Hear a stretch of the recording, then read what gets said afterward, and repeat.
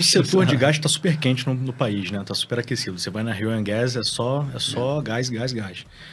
O Catresol é o seguinte, ela está fazendo um spin-off da subsidiária de gás para explorar esse potencial energético dos ecoparques dela e possivelmente vai trazer um sócio estratégico, tá, para essa operação. Talvez uma distribuidora, não sei, talvez já um atuante do setor. Mas ela está fazendo um spin-off e, pelas nossas contas, só essa empresa separada de gás valeria quase o que vale a Horizon hoje toda na Bolsa.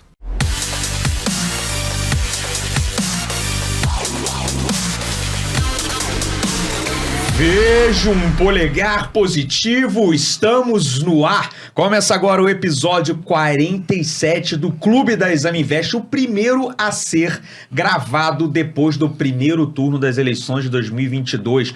Qual o impacto na formação de expectativas, na definição de preço por parte dos agentes econômicos? Para isso temos um convidado mais do que especial para resenharmos nesse episódio 47, episódio que basicamente antecede o segundo turno, o que esperar, como organizarmos as nossas alocações de investimentos nesse momento particular do nosso ciclo político, ciclo econômico. O mundo também continua complicado. Bruno Lima, seja muito bem-vindo à mesa central do Clube da Exame Invest para me ajudar a tocar a resenha dessa noite. Prazer, uma satisfação. E o quê? Incomensurável. Que isso? A gente sempre surpreendendo. Demais. Muito bem-vindos, senhores. Que nem o mercado, temos que acostumar com a surpresa. Bruno Lima já treinando para a nossa resenha. Exatamente. Aqui. Pessoal, deixa eu anunciar ele, Marcelo Ornella, gestor de renda variável da Quinitro Capital. Certíssimo. Seja muito bem-vindo ao episódio 47. Que responsabilidade, Marcelo. Prazer é meu. Obrigado, Daniel. Obrigado, Bruno. Vamos embora.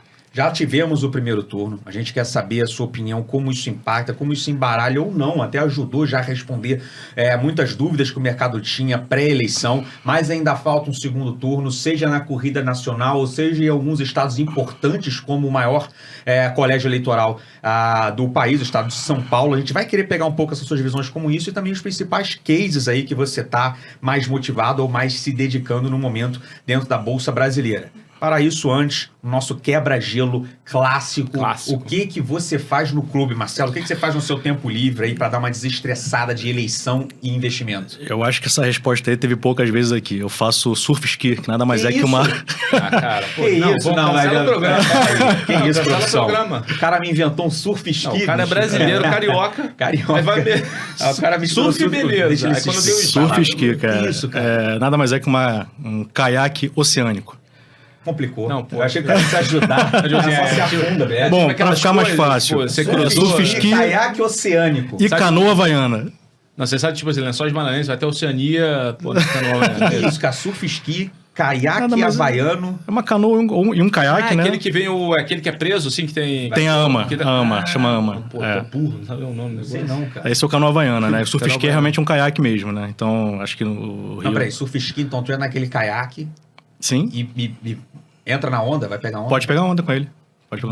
Mas o nome do... Cara, o ouvinte, o nosso ouvinte, nosso telespectador, nosso investidor, imagem, membros né? do clube que querem conhecer mais do esporte surf ski, ele usa um buscador de notícias e bota surf ski. Surf ski tudo junto. O nome é esse. Exatamente. Derivado do latim, surfiros esquinos. Nossa, perdão. Nossa. Pelo amor de Deus, se quiserem cortar, fique à vontade. Mas é isso mesmo. E onde foi criado o surf ski? Da onde vem o surf Boa ski? pergunta. A canoa havaiana é fácil, né? Beleza. No Havaí e na Polinésia. Ok, beleza. O surf ski acho que é um derivado disso, um negócio um pouco mais moderno. Tá chutando, mas vamos lá. Deve ser um derivado. Tu foi parar nisso, cara? Tu viu um filme muito louco e falou que quer fazer isso aí? Cara, na verdade não vi filme, eu vi as pessoas... No Rio de Janeiro tá uma moda de surf ski, canoa havaiana. Pô, a gente e aí eu acabei entrando nessa onda. Gosto de fazer esporte aquático, eu sempre fui dos esportes aquáticos, inclusive tive bolsa na faculdade pela natação, eu era federado, fui campeão brasileiro algumas vezes pela natação, mas no momento descobri que na altura dos meus 1,73 não poderia ir muito longe nesse esporte. Isso é muito baixo. Tá rindo por quê, Bruno Lima? O cara é baixinho. Mas pelo menos consegui uma bolsa, né, na faculdade, me economizou, fiz economia na PUC do Rio, né, fiquei entre economia e medicina na época. Dúvida razoável, né, cara? Para de saber se ele ia fazer economia ou medicina. Tô começando a achar que o negócio de surfisquia é a galera do QI alto, né? Que descobre o dúvida entre negócio. economia e nada. medicina. A única certeza é que ele ia operar. Pegou. Pô, corta. Essa foi Beleza, profunda. corta de novo. Pô, corta aí, gente. Hoje 47 promete aqui.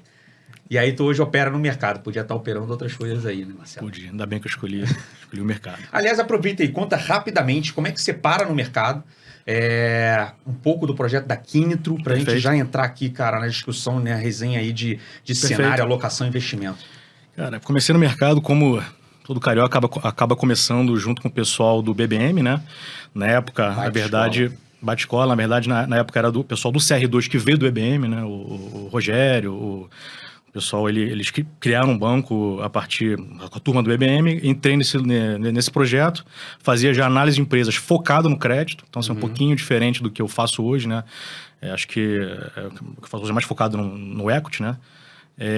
E a partir daí, trabalhei quase sempre no mercado, tá? Então passei pelo BTG, acho que vale mencionar, passei 3 anos e meio pelo BTG. Tive o prazer de conhecer Bruno Lima, quando ainda era um garoto. Eu conhecia de vista ele, conhecia de Caramba. vista. Ele já te filmava. Conhecia de vista ele. Que ano? Entrei em 2006, saí em 2009. Bom. Tu já era famosinho. Então, mas tava no Rio. Rio e depois São Paulo. Ah, beleza. Foi quando lá, deve ter segurado no Tu Rio. ficou de quando a quando no banco? 3-4. Ah, não era Morisco. Não, era...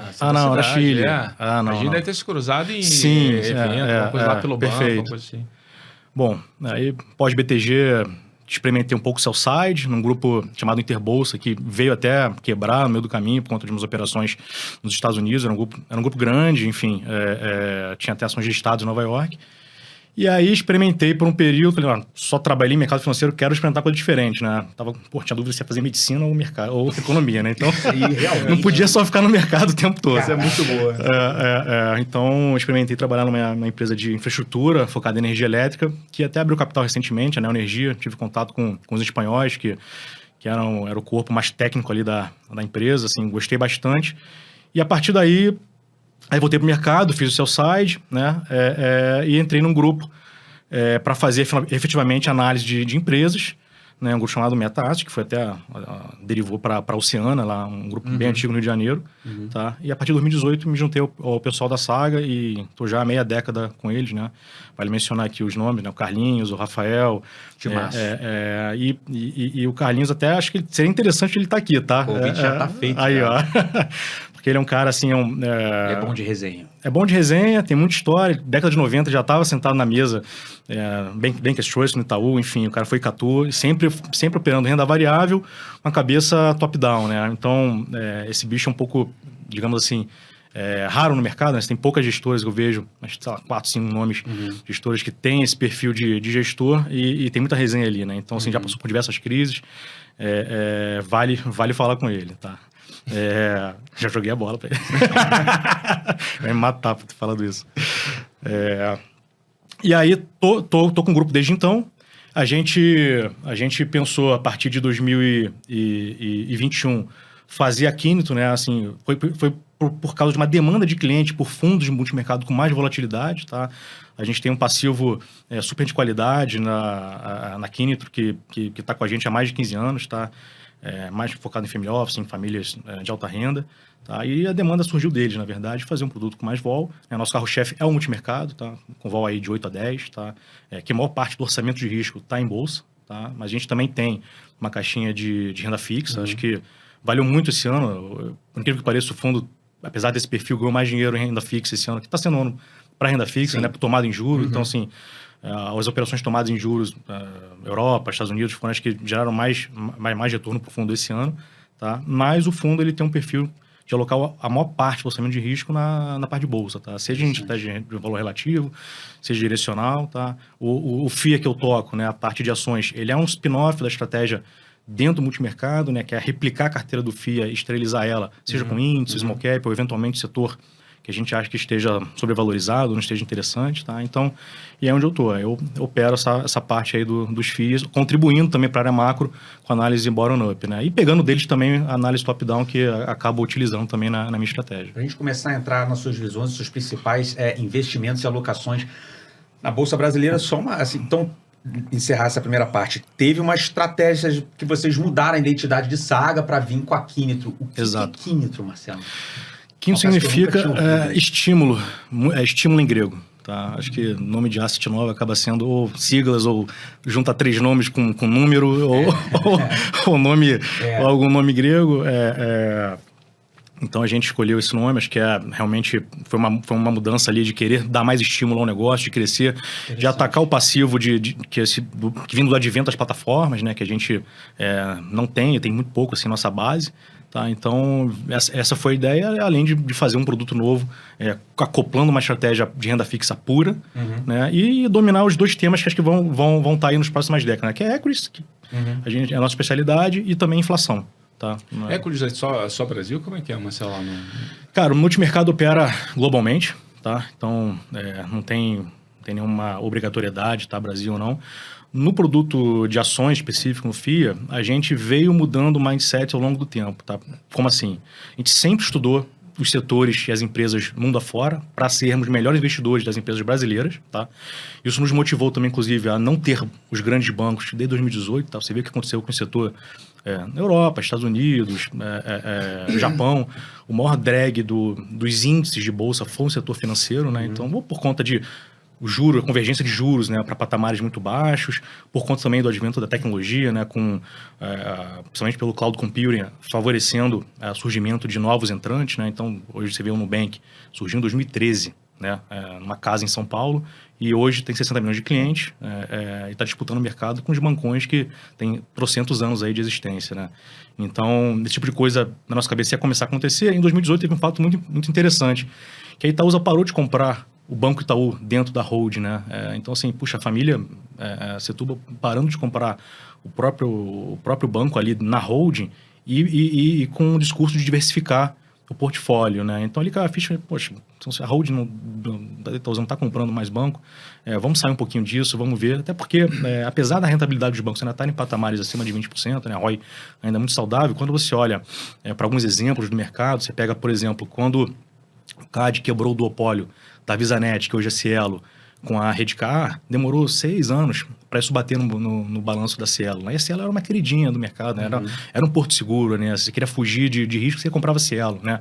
Então, demorou um tempo para acontecer, né? Não sei se isso vai acontecer com os bancos, sinceramente, só o tempo vai dizer. Mas como a gente tem um foco muito longo prazo nas nossas teses, a gente não se dá o luxo de ter isso, tá? Então, assim, teses que a gente tem uma dificuldade de tê-las estruturalmente, por mais que a conjuntura de curto prazo favoreça, a gente não compra. O contrário, a gente compra.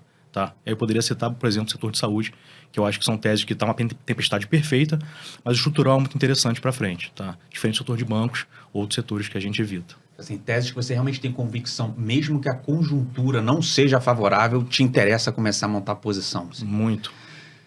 Obviamente é que o preço ajuda nesse... O preço ajuda, né? Mas é no mínimo curioso você... Porque assim, aí só para entender, desculpa, claro. Só, isso aí a gente tá falando do FIA. Sim. Tá, não, beleza. Que acaba refletindo no multimercado, né? Porque, já que reflete a carteira. Isso. É porque eu sempre imagino que, né, sempre curioso o multimercado, né, ter um approach como esse, que é quase que um backbook de equity ali, né? Normalmente o multimercado dado passivo, você tem sempre aquela busca de algum catalisador, né? Alguma coisa que está num momento de earnings, alguma coisa nesse sentido para tentar equilibrar a discussão, né? Do passivo, do CDI, né? Perfeito. A maior parte da estratégia está nisso que você comentou. Entendi. 10% do orçamento de risco, mais ou menos, que está nessa estratégia menor, que compõe essa parte que é mais forte no bottom-up. Ah, perfeito. Tá? Não, perfeito. Então, é uma parte, 10% do orçamento de risco. Pode vir a ser maior ou pode vir a ser menor. Depende do CIO, do Carlinhos, ele que define o tamanho da estratégia dentro do multimercado. Mas o principal gerador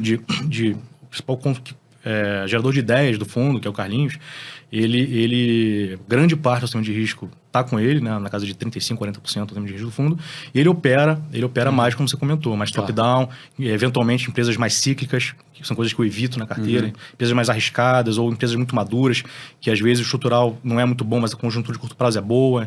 Então ele opera bastante isso. Já no meu caso, não. Assim, a gente evita esse tipo de coisa e tenta fazer um portfólio mais blindado, digamos assim. E mais direcional. Mais direcional, sim. Vamos começar a entender, então, cara, o que você tem, o que você tá vendo aí de valor, o que você se sente, né, com algum conforto de carregar a direção de alguns investimentos na Bolsa Brasileira. Só reforçar para quem quiser conhecer um pouco mais da Quinitro, o link tá aqui na descrição do vídeo. Está aberto, Bruno Lima, na plataforma do BTG Pactual. Também é um outro meio de acessar, conhecer maiores informações sobre a gestora Quinitro, que está aqui protagonizando o episódio 47. Marcelo ou Bruno, quem dá o pontapé aqui de algum tema pra gente começar a falar de tese em Bolsa Brasileira? Não sei se você vai querer fazer talvez um roundup assim da grande foto, do inglês Big Picture, de pós-primeiro turno, no mundo, assim, 1 minuto, que a gente quer logo entrar em tese. Quer que eu faça aqui faço um preâmbulo aqui rápido. Um preâmbulozinho pra gente entrar aqui nas teses que o Marcelo tá carregando. Não, vou te falar o seguinte, vamos lá, noves fora aqui. Bom, o mercado pós-primeiro turno raliou de forma importante. E muito do que raliou, do que andou muito bem, foram as teses mais ligadas à parte doméstica da Bolsa. Perfeito. Isso posto, você ainda enxerga uma inclinação maior para isso continuar nesse formato? Ou você acredita, por exemplo, você citou saúde rapidamente aqui, que é um setor que ficou para trás, não acompanhou esse rally de forma tão importante, ou você já está olhando e assim, poxa, beleza, o setor já deram mandada, até acho que pode andar um pouco mais, mas acho que tem alguns outros nomes aqui, alguns outros setores, de forma geral, que acho que ficaram mais atrativos. Porque no final também a Bolsa, óbvio, é relativo à discussão, né? Perfeito. Acho que sim e não. Eu gostei. Excelente resposta. Não, o cara é economista e médico. Sim, não. Porque acho que sim, os setores domésticos vão ser os favorecidos daqui para frente. Acho que definindo a eleição, a gente pode até falar um pouco mais depois sobre a eleição do que a gente está vendo. A gente tem acompanhamento muito próximo de eleição. Mas quando olha para o setor... Você sabe quem vai ganhar no segundo turno? Ainda não. Mas não fala que não. Deixa não ser spoiler. Ainda não. Mas quando olha para o setor doméstico, a gente tenta separar o que é lado da demanda e o que é lado da oferta da economia, tá? E onde isso está posicionado. Aí, até misturando um pouco macro com micro, uma coisa que a gente gosta de fazer bastante, olhando para o período de 2000 a 2014, o lado favorecido doméstico do Brasil foi o lado da demanda. Primeiro porque, olhando macro, você teve crescimento de renda bruta disponível das famílias de 5% por 94 meses consecutivos. Isso foi um absurdo. As boas empresas, no setor de varejo, consumo discricionário, encontraram ali um ambiente propício para triplicar, em alguns casos, quadruplicar, quintuplicar o número de lojas. Tá? Então, Renner, Marisa, Guararapes, elas triplicaram nessa época o número de lojas. Então, foi um período super interessante, reinvestindo a geração de caixa com uma margem muito alta, tá? Coisa que até então não tinha acontecido. Tá? Então, foi um modelo ali que favoreceu muito lá da demanda e lá da oferta ficou super esquecido, né? Gerando grandes gargalos que até... No Deu Bom tem um exemplo disso que a gente vai comentar. Tá? Então, assim, esse período, a gente, quando olhar para frente, a gente vê que não se repete. Tá? Então, quer dizer, essas empresas de varejo imprimiram um crescimento por ano de área de venda de 15% ao ano quase. Assim, foi muito agressivo. Você pega hoje o benchmark do setor, a Renner, tá projetando aí, a gente projeta uns 4%, 5% de crescimento de área de loja para frente. Tá? Então, assim, é bem menor. Você pega, por exemplo, a Havaianas, ela explodiu de vender domesticamente, e chegou a um patamar de um par de sandália por habitante do país, né? Está estagnado em 2010. 10 anos estagnado esse volume, essa volumetria de sandálias. Então, os cases, ou lojas americanas, essa aí multiplicou por 15 vezes o número de lojas. Isso foi um crescimento absurdo. Teve muito custo ali que é fundado na B2W, né? Mas de forma assim, bem simples. Você viu que ela fez uma composição interessante de capital, todo o setor fez.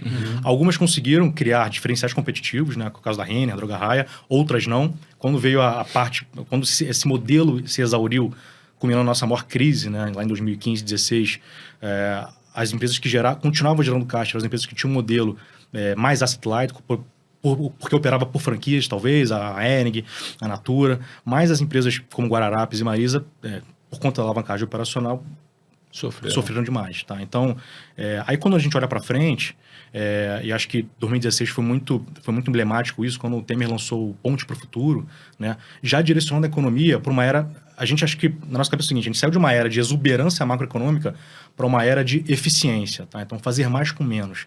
E aí é onde entra o lado da oferta da economia, tá? Que a gente acha que vai ter mais pujança de crescimento, como teve lá a demanda na última década, tá? E aí, dito isso, você tem hoje alguns nomes interessantes nesse setor. A gente, quando você pensa em fechar o gap de infra, que é uma dor do Brasil hoje, e aliás, onde tem dor, tem retorno, né? Então, onde a gente busca hoje, tá alocando a carteira, tá assim, hoje não, né? Desde 2016 a gente vem migrando para esse tipo de setor. Então, nomes como Horizon, Santos Brasil, Eneva, eles são protagonistas na carteira hoje, tá? Então, assim, serviço, logística, infraestrutura, saúde, são os principais setores que a gente carrega hoje, tá? Então, consumo discricionário, a gente quase não tem um pouco de smart fit, que, bom, é saúde no longo prazo, mas acho que dá para classificar como consumo discricionário, porque tem um fit com renda, né, no final do dia, mas é um setor que ainda pode consolidar, então a gente se permite ter também, né? Assim, a gente não só vou ter lá da oferta da economia na carteira, não. Tem um case ou outro, mas é muito pequeno no todo hoje, né? Hoje a carteira está realmente povoada por esse lado da oferta da economia, que é onde a gente vê mais pujança de crescimento, tá? E boas oportunidades. Aí quando você olha a agenda micro de Brasília, BR do Mar, Marco do Saneamento, ferrovia, cabotagem, tudo direcionado para esse setor, né? Então, essas empresas vão acabar se beneficiando. Por exemplo, até a gente pode entrar mais a fundo depois, mas, por exemplo, Horizon, que é trabalho lixo no Brasil, né? 40% hoje não, né? Isso está estagnado há muitos anos. 40% do destino do lixo no país vai para lixão. É uma energia que a gente está jogando fora. A Horizon nada mais ela opera Ecoparks, né? Que é a evolução dos aterros sanitários, que é a evolução dos lixões, tá? Nada mais do que um campo de gás no meio da cidade, né? E o Brasil tem um problemaço nisso, né? Porque gás minimamente barato está todo no litoral, onde tem os gasodutos, né? Para o interior não tem. Então, você fomentando o negócio da Horizon, ela está produzindo, não é o gás, é o biogás, que efetivamente depois vira o biometano, tá? E, aliás, todas as linhas de receita dela acabam gerando algum tipo de crédito, né? Pela externalidade positiva que ela dá para a sociedade, então ela consegue até monetizar isso. E o gás que ela gera dentro da cidade, por ser próximo do centro consumidor, ela consegue monetizar de forma mais fácil, tá? Então, assim, teve a Rio Oil and Gas, né, semana passada, e impressionante como quem é o dono da molécula, principalmente a molécula verde, que é o caso da Horizon, ele está gerando um valor de escassez absurdo isso, né? As distribuidoras de combustível querendo essa molécula, inclusive a Vibra comprou uma empresa pequena que faz gás. Então, assim, diferente da Eneva, que fica numa região amazônica distante e teve que fazer um esforço absurdo para poder monetizar o gás dela, né? Fazendo aqueles gasodutos virtuais, uma joint venture com a Virtus, que é uma empresa que ajuda ela nisso, né? Ela retira o gás, transforma em líquido, transporta, regasifica, e para poder colocar botar na termoelétrica e botar no grid, né? Gerar energia elétrica no final do dia. A Horizon não, ela está aqui dentro do centro urbano, assim. Então, esse tratamento do resíduo sólido é muito interessante. Então, como as linhas de negócio acabam tendo créditos, né? Ou crédito de reciclagem, ou crédito de carbono, ou CBIO, né? Você confere a ela um retorno muito grande, né? Assim, TI real de 2 dígitos, tá? E quando você fala de marco do saneamento, acaba pegando muito ela. Por quê? O marco diz que você tem que eliminar os lixões do Brasil até 2024, tá? Mesmo que você... 2024? É muito curto, né? Caramba. Mesmo que isso fique para 2028, a Horizon hoje tem 20% do volume do lixo, né? Então, assim... então, você já tem um volume contratado para frente muito interessante, tá? Então, assim... E outra coisa que é interessante... Ela recebe dinheiro para receber o insumo dela. Ela recebe dinheiro para receber o lixo. E daí ela ela transforma isso valoriza isso, transforma isso em subprodutos, tá? Então, quer dizer, diferente da Eneva, que tem que gastar dinheiro, um CAPEX violento para produzir, um CAPEX exploratório violento também, tem um risco exploratório no meio do caminho. A infraestrutura é super difícil. Inclusive, nesse leilão que teve a Eletrobras, no mês passado, no dia 30, não teve nenhum bid para as térmicas do Nordeste. Porque não tinha infra, não tem a infra. E a conta não fechava, né? Só saiu o bid pro norte, onde a Eneva pegou o pedaço dela, porque ela já tem, de certa forma, a infra ali e o CAPEX marginal é muito baixo. Então, é impressionante como acho que entender o case de Horizon, entender que ela tem... os ativos dela são campos de gás da cidade. E outra coisa que é interessante, a produtividade dos campos de gás da Horizon, elas melhoram com o passar do tempo, tá? Quer dizer, por conta de um processo químico de decomposição, você produz mais biogás e biometano com a mesma quantidade de lixo, de material orgânico, né, que chega, tá? E quando você olha campo de petróleo ou gás natural, é o contrário, então chamado de bleeding, né? Ele perde mais ou menos uns 7% ao ano se você não investir. Então, você tem que investir para ficar com a mesma produção. A Horizon, sem investir, a produção e a produtividade aumenta desses campos, né? E é um setor que tem um gap violento para você fechar. O Brasil tem uma matriz energética verde, só que na parte de saneamento, e principalmente na coleta, na valorização de resíduos urbanos, a gente está muito atrasado ainda. Então, empresas que estão aí para resolver dores nossas, acabam tendo um retorno muito grande, né? A Eneva também é um case interessante da carteira que acho que resolve também uma dor, né? Assim, o Brasil importa 50% do gás que é consumido aqui dentro, né? E o gás que é consumido aqui dentro, importado, ele não tem uma perenidade, né? Você vê que Roraima, até então, faltava muita luz e tal, tinha um problema, né? Então a Eneva está resolvendo essa dor ali em cima, né? E por isso você tem um retorno excedente muito interessante, tá? E aí você pode perguntar, poxa, mas esse retorno excedente, esse lucro econômico excedente que a Horizon, por exemplo, tem, não vai ser atacado por predadores e tal? Cara, a barreira, a entrada é altíssima. Primeiro que ninguém quer construir mais lixões próximo dos centros urbanos, né? E segundo, para você fazer um licenciamento desse negócio e conseguir a licença ambiental, etc., e operar, mais de uma década. E terceiro, que é um modelo de concessão de 20 a 30 anos que ela tem, tá? Então, assim, são concessões muito longas, são ativos irreplicáveis, então confere essa margem que ela tem na operação por muito tempo. A gente vê um retorno, apesar da valorização da empresa esse ano, a gente enxerga aí numa TIR real aí na casa de 12%. Tá? E isso já contemplando um ganho de market share pela consolidação? Já, Você né? falou que ela tem 20% no mercado. Ela considera que ela vai chegar a 30% ganhando esses volumes extra do marco de saneamento. Ou seja, a gente deixa o mercado endereçável ainda na mesa. Aí. A gente considera que ela mantém os 20%. Tá? Por exemplo, a gente tenta pesar um pouco a mão na conta para ser conservador. Para ser conservador. Normalmente a gente faz isso. Esses outros 80 são pulverizados aí? Ou tem algum grande player? Não tem um grande player. Esse é um setor intrinsecamente concentrado, tá? Ele é para ser concentrado. Lá fora ele é concentrado, tá? Aqui dentro também é. Então, assim, vão ter 3 players aí, ou talvez 4. Né? 2 ou 3 grandes e um pequeno, tá? Então, de forma que você não tem competição entre os ativos, né? Quando você tem uma concessão de uma região, aquela região é sua, tá? Então, não vão criar um ativo novo do seu lado, assim. É muito difícil isso acontecer. Não é que não pode acontecer, mas acho muito difícil. Já tivemos um case aqui de Horizon, se não me engano, foi o Constantino da Távola. É verdade. Tem o case de Horizon aqui. E ele falou muito da opcionalidade da venda de crédito carbono, né? Do gap de precificação do crédito carbono da companhia vis-à-vis lá fora, né? Perfeito. O que a companhia precisa fazer para fechar esse gap, dado que ela vende aqui com muito deságio quando você compara com o mercado global, né? Vende, não sei quando ela poderia fechar esse gap, mas ela é muito sensível ao preço do crédito carbono. Assim, acho que a empresa mais sensível que tem a isso na bolsa. Tá, sem dúvida. Qual o ticker, Bruno Lima, de Horizon? ORVR3. ORVR3. Acertei ou errei? Acertou.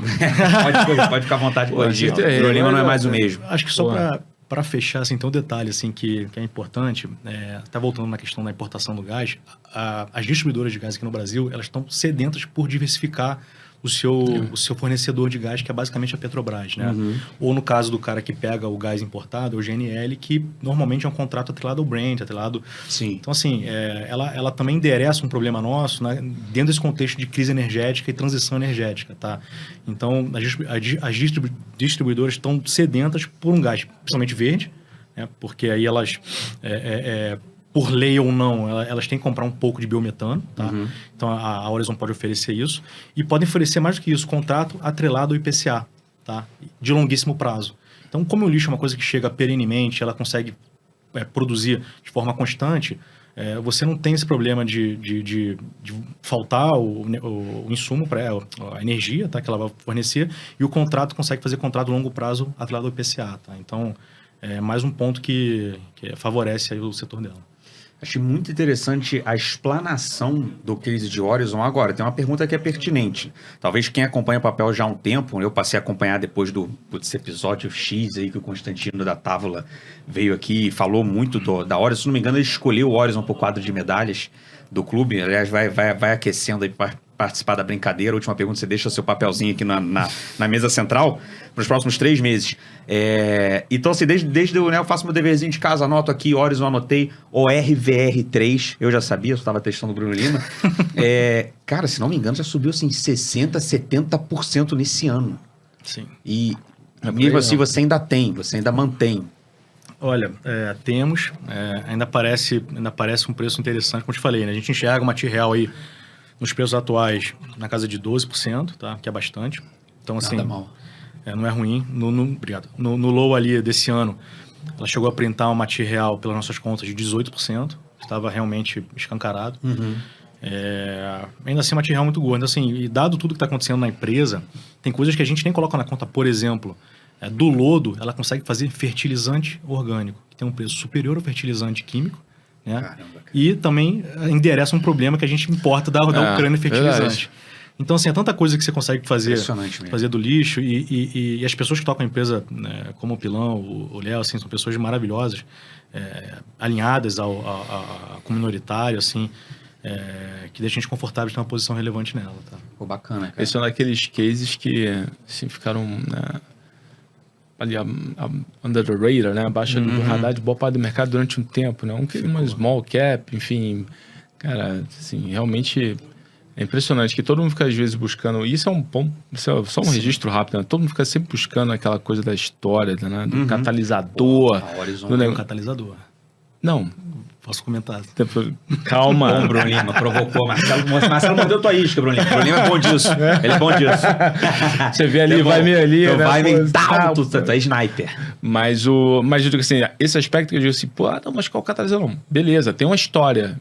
Mas esse é o teu ponto, assim, o modelo de negócio como um todo, ele é muito interessante, né? O que eu tô falando de catalisador, que a gente, não, mas qual é a venda do mês, qual é o prévio operacional, não é isso. A história é outra, mas isso posto, qual catalisador, Marcelo? Catalisador, Marcelo Ornelas. O setor de gás está super quente no país, né? Está super aquecido. Você vai na Rio Gas, é só gás. O catalisador é o seguinte, ela está fazendo um spin-off da subsidiária de gás para explorar esse potencial energético dos ecoparques dela e possivelmente vai trazer um sócio estratégico, tá, para essa operação, talvez uma distribuidora, não sei, talvez já um atuante no setor, mas ela está fazendo um spin-off e pelas nossas contas, só essa empresa separada de gás valeria quase o que vale a Horizon hoje toda na bolsa. Tá? Então, assim, por isso que apesar da valorização toda, é um case que ainda acho que tem muito para andar. Anotado, então, ORVR3 Horizon. Acho que vamos dar sequência num case que talvez esteja... Aliás, uma dúvida que eu tenho, desculpa se for muito básica, não é muito minha praia. Só uma dúvida? Uma que eu coloco aqui, que me sinto à vontade de me abrir e explanar aqui com os colegas. As outras eu guardo. Qual o setor, assim, que se encaixa, né? Para encaixar a Horizon ali num setor, fica no setor de energia, setor utilities, assim? É quase que uma utility, né? Botaria utilidade pública. Serviço básico. Utilities, então, vai. Muito diferente, mas... Então, minha dúvida... Boa pergunta. Boa pergunta. Eu não Obrigado, sabia. Marcelo Ornelas. Marcelo falou que Bruno Lima me desmerece muito aqui ao longo do programa. Obrigado, Marcelo Ornelas. Porque, esse tipo de... Vamos. Então, boa pergunta. A gente pergunta isso direto, tá? Onde eu coloco ela numa classificação para secar a carteira? Ela acaba entrando na parte de infraestrutura. Infra. Bacana. A gente coloca em infra. Assim como Eneva, a gente coloca em infra.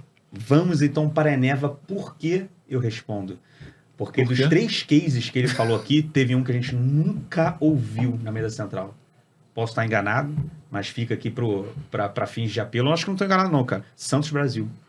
Alguém está enganado. Você está enganado. Me corrija então, Bruno Lima. Christian Kellet. É verdade. Quebrei. Já faz um tempo, hein?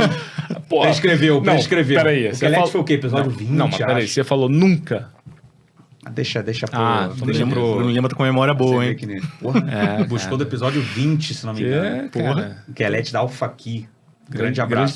Mas tudo bem, mas para efeitos comerciais vamos relembrar, e de apelo do programa, nunca foi falado Santos Brasil, então a gente deixa isso para o último tópico. Eneva, Marcelo. Por quê? Primeiro, ticker, Bruno Lima, já que você tá todo engraçadinho, agora ticker. Enev 3, cara. Enev 3? É Enev 3. Essa foi fácil, então. Por que Eneva? Assim, a ideia não é nem falar muito de Eneva aqui, mas vamos embora. Porque acaba ficando um pouco repetitivo quando você fala de Horizon, né? Que são duas empresas... Tem uma interseção grande, são empresas que, no final do dia, produzem um ativo similar, né? Que é o gás. E a Eneva, por que Eneva? Assim, hoje, primeiro, vamos lá, T-Real também na casa de 11%, que para um ativo premium, para uma empresa com um grupo de executivos que não tem problema de acesso a capital. Então, qualquer projeto que eles visualizem para entrar, eles levantam capital de uma forma muito rápida, tá? Então, assim, TIR real gorda, dentro do lado da oferta econômica que a gente gosta, resolvendo uma dor do Brasil na parte de gás, tá? Com TIR reais, esse leilão, por exemplo, agora, que teve, por ela fazer pelo CAPEX marginal o negócio, ela já tem, por exemplo, 2 termoelétricas lá na Amazônia e com esse leilão ela vai fazer mais 2, com uma TIR real muito alta, na casa de 60%. Ela é dona da molécula de gás, que é o que está gerando muito valor de escassez no país. Tá? Então, acho que é um case mais consensual. Até me surpreende não ter me falado aqui. Não, a Eneva tem, Bruno? Tem uma galera trazendo a Eneva cada vez mais. Se não me engano, até é que a minha memória realmente não tá das melhores, mas... Não, acho que a gente nunca, talvez... Já teve até, acho que a Eneva não faz medalha. Acho que já bateu algum papo, já bateu alguns papos. É difícil não ter tido. A Eneva tem aparecido. Todo mundo tem. A Eneva tem aparecido. Agora, Santos Brasil, 6 meses atrás, Bruno Lima quebrou. Não tô muito certo disso, mas vou confiar aqui no Bruno Lima, no nosso amigo Kelete, que teve aqui no início do ano, da Alpha aqui, trouxe Santos Brasil de acordo com o Bruno Lima. 6 meses depois, vamos revisitar o case de Santos Brasil. Primeiro ticker, Bruno Lima. S, T de tatu, B de bola, pato, 3. Tem 2 S, não entendi? Um S. Não, um S só. Um STB. ST, P de pato, Perdão. B de bola. Ah, tá. 3. STPB 3, Santos Brasil. Vamos lá, Santos Brasil. Mas essa é diferente. Essa só apareceu uma vez aqui. Na história do clube, que está para completar 1 ano. Sabia disso, Bruno Lima?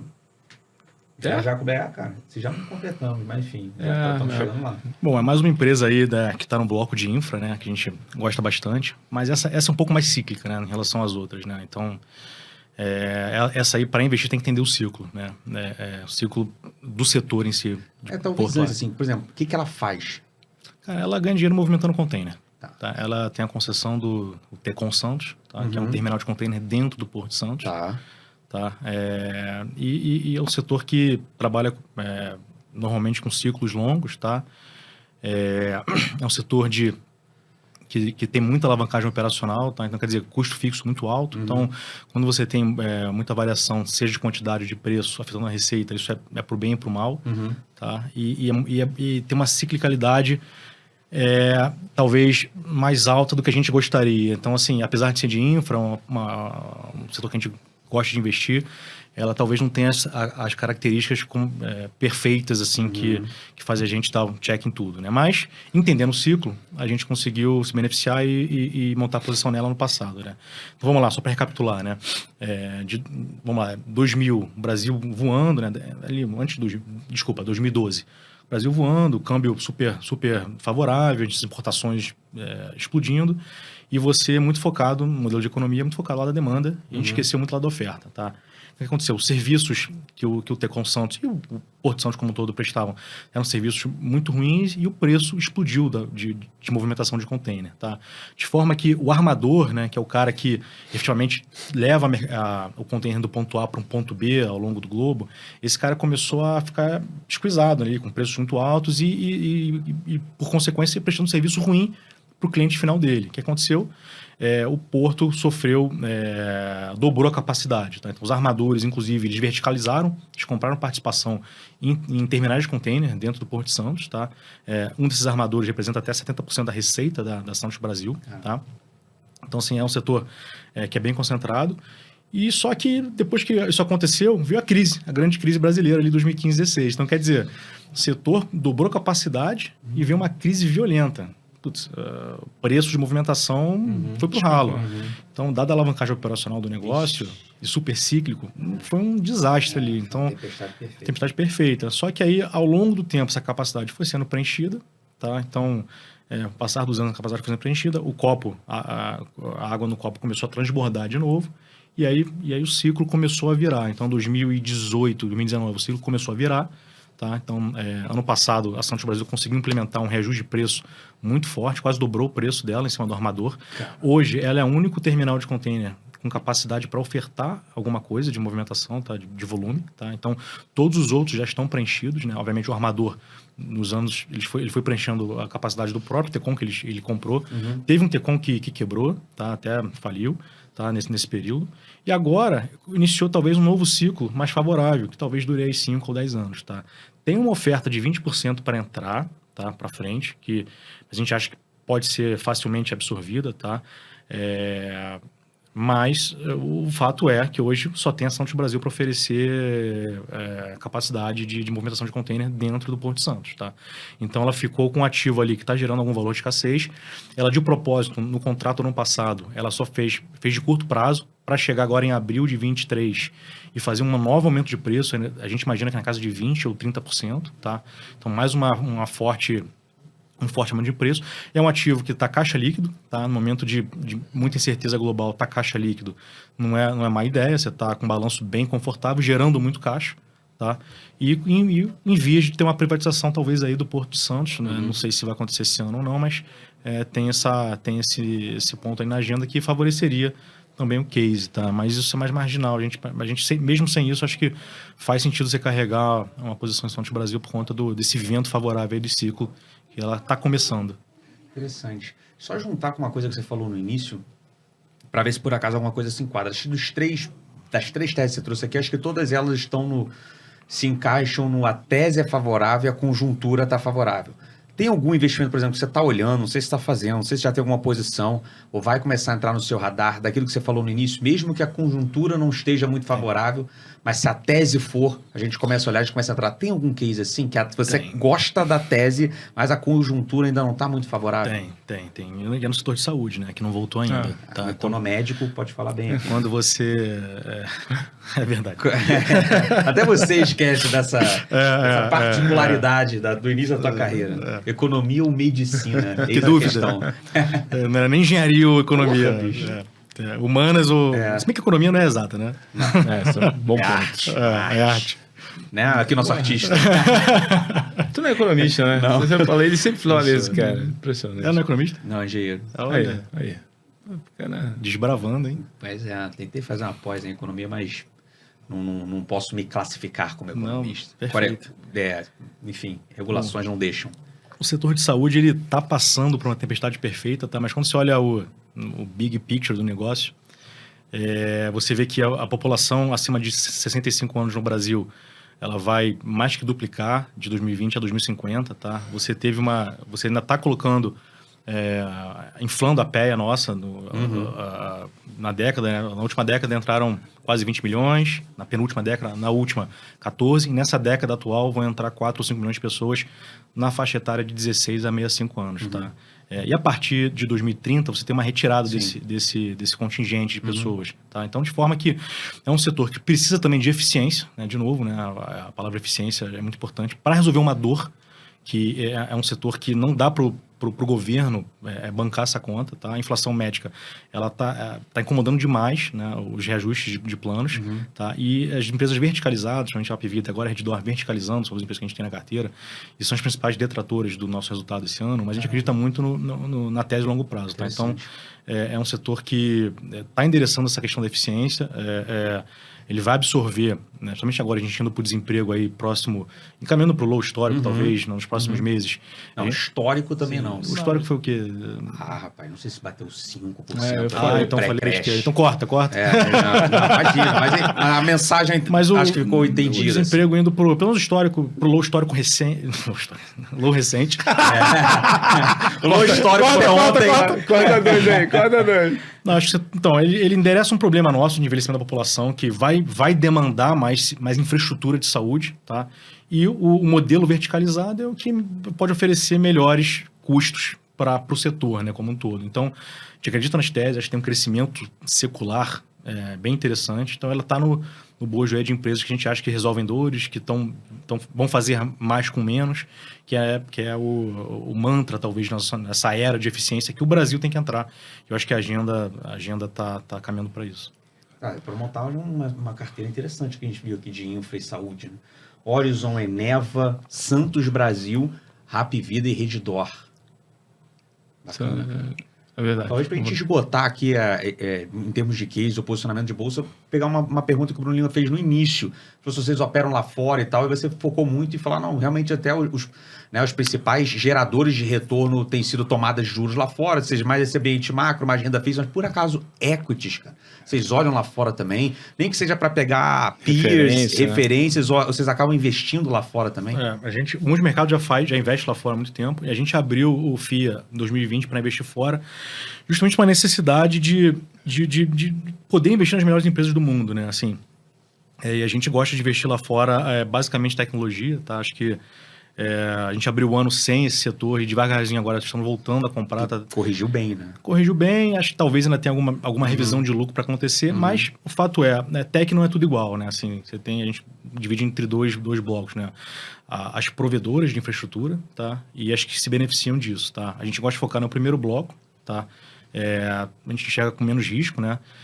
Por exemplo, na parte de cloud computing, que acho que é um setor que está crescendo muito, né? O investimento de TI cresce 10% ao ano, mas dentro dele a parte de cloud está ficando cada vez mais representativa. Tá? Isso permite com que Nubanks, Uber, empresas como essas acabam nascendo, né?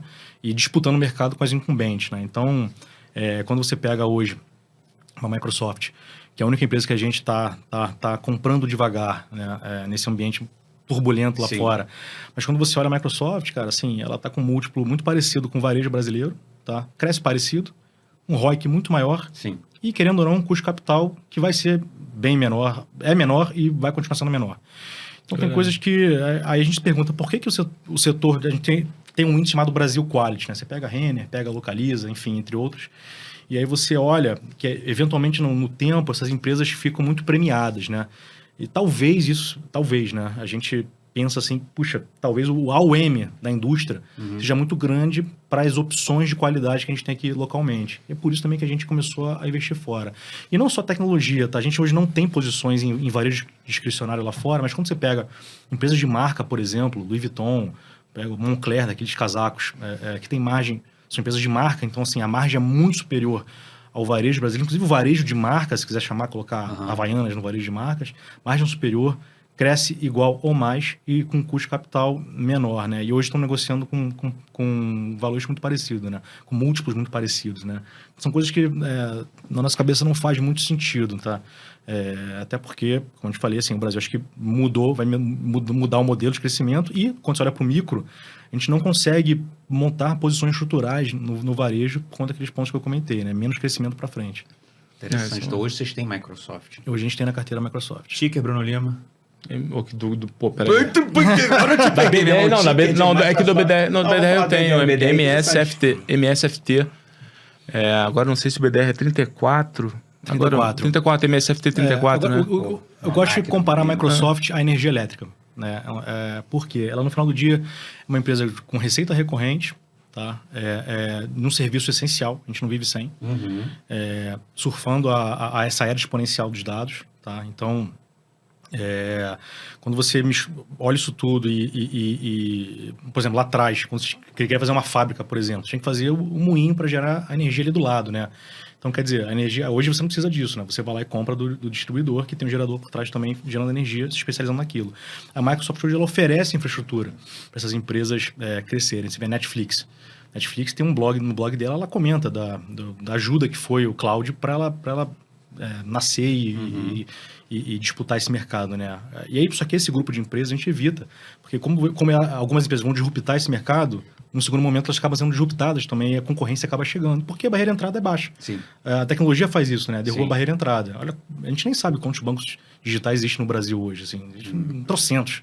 Talvez, tinha uma época quando o juro a 2% nascia 10 bancos por semana. Então, essas mais arriscadas a gente não se aventura, a gente fica mais nas provedoras de infraestrutura no final do dia, tá? Interessante. A gente tem na carta de BDR lá. Eu vi. Microsoft? Pô, bacana, cara. A gente tem uma visão assim, né? É muito parecido, cara. Tem um free cash flow yield, razoável. Agora tá um mid-single ali, por aí. São uns 5, mais uns 6% por aí, alguma coisa por aí. Pô, um PI de 13, 14, não lembro exatamente quanto estava, acho que um pouco mais. 24 vezes? Então, e a gente olha muito essa questão da recorrência, da receita recorrente, né? Que você está pagando, beleza, você está pagando 20 vezes, enfim, 24 vezes, achei que tá na cabeça até menos. Mas só que o teu nível de recorrência, de previsibilidade, ele é muito alto, né? E, poxa, cara, beleza, é porque, enfim, de novo, a gente tem uma... Tem techs e techs. Então detalhe, assim, mesmo as que oferecem a infra, vou botar a Apple nesse bojo, assim. Sim. Mas a Apple, no final do dia, acaba sendo um pouco consumo discricionário, né? O consumo da Microsoft, assim, as empresas fazem projetos de longuíssimo prazo para digitalizar um Itaú da vida, por exemplo. Tá colocando muito da operação na nuvem. Tá? Então, quer dizer, são projetos a longo prazo que mesmo que a economia, o macro, fique um pouco pior, é muito difícil você ver essas empresas tirando isso da agenda, né? Talvez diminua um pouco, mas assim, é inevitável que esse caminho saia dessa rota, assim, das empresas. É porque é uma tecnologia para prover escalabilidade do mundo de negócio. Exatamente. Então, você fala assim, cara, eu preciso desse negócio. Exatamente. E a hora que você vai implementar, justamente principalmente quando você está passando por um momento ruim, que você está olhando para dentro de casa. É uma necessidade de sobrevivência. Se você não fizer, você pode morrer. Exatamente. E fazer isso não garante que você vai sobreviver também, não. A condição necessária, mas tá você tem que fazer. Cara, mal bem abraçamos 6 papéis aqui, 6 teses, acho que muito interessante. Começar a encaminhar para o final alguns quadros aqui, Marcelo, que a gente faz. Você falou em Netflix, já vai preparando aí para sua dica de série, mas chama aquele desagradável aqui, Bruno Lima, aquele amargo, aquele azedo. Beleza, é que deu ruim. O nome é autoexplicativo, cara. No mundo dos investimentos, é muito bom, muito já bom, teve alguma experiência dolorosa? No último, inclusive, eu fui, você estava solidário. No último... Foi no último? Não, foi no penúltimo. Silvério? Não, então, foi no penúltimo. Não, foi no Saraiva. Cara, Saraiva já faz um tempo. Sério? Você tá com a referência de tempo, tá esquisito mesmo. Cabelo branco. Cara, deu ruim, tem vários, né? Mas um que marcou muito a gente foi uma empresa de tecnologia no Brasil. Não dessa nova safra de IPOs, essa safra a gente até conseguiu selecionar os nomes legais, mas foi em 2018. Um negócio que raramente você vê de capital aberto, porque é um bom negócio. Margens altas, você pega a receita por funcionário, era a maior da bolsa, que era o case de Smiles, né?